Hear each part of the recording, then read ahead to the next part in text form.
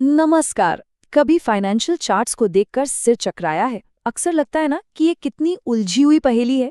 तो चलिए आज इसी पहेली को सुलझाते हैं और सीखते हैं कि इन चार्ट्स के सिग्नल को कैसे समझा जाए। ये सवाल शायद हर किसी के मन में आता है जो मार्केट को देखता है। ये जो ऊपर नीचे जाती लाइनें हैं, क्या ये सिर्फ रैंडम शोर है या फिर क्या इनकी अपनी कोई खुफिया भाषा है जिसे हम समझ सकते हैं? तो ठीक है, इसी सवाल का जवाब ढूंढते हैं। देखिए, चैलेंज तो है। ये चार्ट्स पहली नज़र में बहुत कंफ्यूजिंग लग सकते हैं, पर अच्छी बात यह है कि हमारे पास कुछ ऐसे टूल्स हैं जो इस पूरे शोर शराबे के बीच में से काम के पैटर्न ढूंढ निकालने में हमारी मदद करते हैं।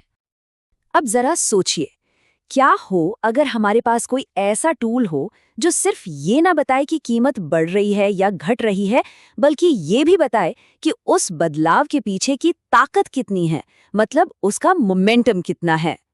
बस यहीं से खेल मजेदार होना शुरू होता है। और उस जादुई टूल का नाम है RSI, यानी रिलेटिव स्ट्रेंथ इंडेक्स। इसे समझने का सबसे आसान तरीका है मार्केट का स्पीडोमीटर। जैसे गाड़ी का स्पीडोमीटर उसकी रफ्तार बताता है, ठीक वैसे ही RSI हमें बताता है कि किसी स्टॉक की कीमत में जो बदलाव आ रहा है वो कितनी तेजी और ताकत से आ रहा है। अगर थोड़ा टेक्निकली बोलें तो RSI एक मोमेंटम ऑसिलेटर है, मतलब एक ऐसा इंडिकेटर जो 0 से 100 के बीच घूमता रहता है। इसका सीधा सा काम है हाल में हुए प्राइस चेंजेस की स्पीड और साइज को नापना, और इससे हमें ये पता लगाने में मदद मिलती है कि कहीं कोई स्टॉक बहुत ज्यादा तो नहीं खरीद लिया गया या फिर बहुत ज्यादा तो नहीं बेच दिया गया। पर एक मिनट, एक बहुत जरूरी बात। RSI कोई भविष्य बताने वाली मशीन नहीं है, ठीक है? ये कोई जादू की छड़ी नहीं है जो सब कुछ सच सच बता दे। ये बस एक इंडिकेटर है जो हमें संभावनाओं के बारे में बताता है। ये ट्रेंड की ताकत और मोमेंटम को तो मापता है, लेकिन भविष्य की कोई गारंटी नहीं देता। तो चलिए इसके एडवांस्ड सिग्नल्स को समझने से पहले इसकी ABC सीख लेते हैं। इसके कुछ बहुत ही सिंपल बेसिक रूल्स हैं जो RSI की पूरी कहानी की नींव है। पहला नंबर है 70। जब भी RSI की लाइन 70 के ऊपर निकल जाती है तो हम कहते हैं कि मार्केट ओवरबॉट हो गया है। आसान भाषा में मतलब ये कि लोगों ने ज़रूरत से ज़्यादा खरीदारी कर ली है, और जब ऐसा होता है तो इस बात की संभावना बढ़ जाती है कि अब कीमत थोड़ी नीचे आ सकती है, मतलब एक करेक्शन आ सकता है। और दूसरा जादुई नंबर है 30, ठीक उसका उल्टा। जब RSI 30 के नीचे फिसल जाता है तो सिचुएशन कहलाती है ओवरसोल्ड, मतलब अब बिकवाली ज़रूरत से ज़्यादा हो चुकी है, और यहाँ से एक उम्मीद बनती है कि शायद अब कीमत वापस ऊपर की तरफ बाउंस करे, एक रिबाउंड आए। लेकिन कहानी सिर्फ 70 और 30 पर ख़त्म नहीं होती। ये तो बस ट्रेलर था। असली पिक्चर तो अब शुरू होगी। RSI का सबसे पावरफुल सिग्नल तब मिलता है जब RSI और स्टॉक की कीमत दोनों अलग-अलग कहानी सुनाने लगते हैं।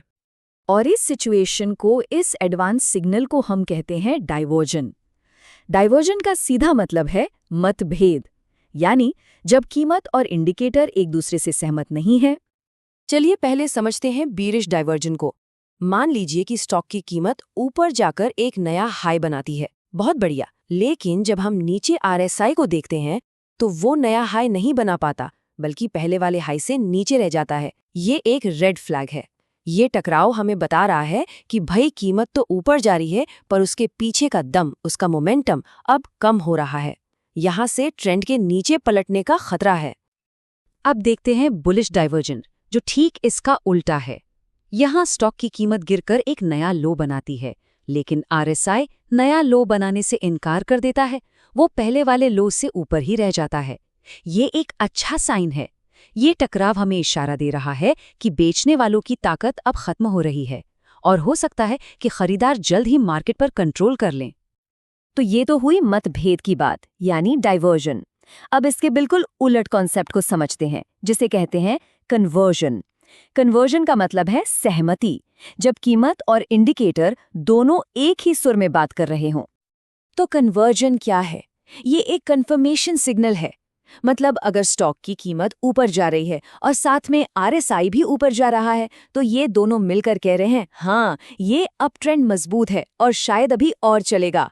ये ट्रेंड के पलटने का नहीं, बल्कि उसके जारी रहने का सिग्नल है। तो चलिए दोनों को एक साथ रखकर देखते हैं।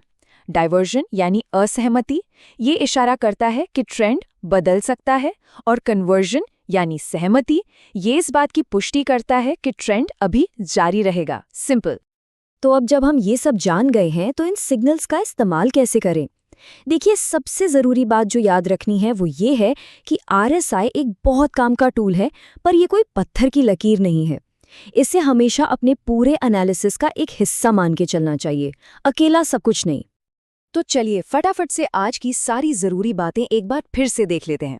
पहली बात, RSI कीमत के बदलाव का मोमेंटम नापता है। दूसरी, डाइवर्जन, जब कीमत और RSI में असहमति हो तो ये ट्रेंड के पलटने का यानी रिवर्सल का सिग्नल हो सकता है।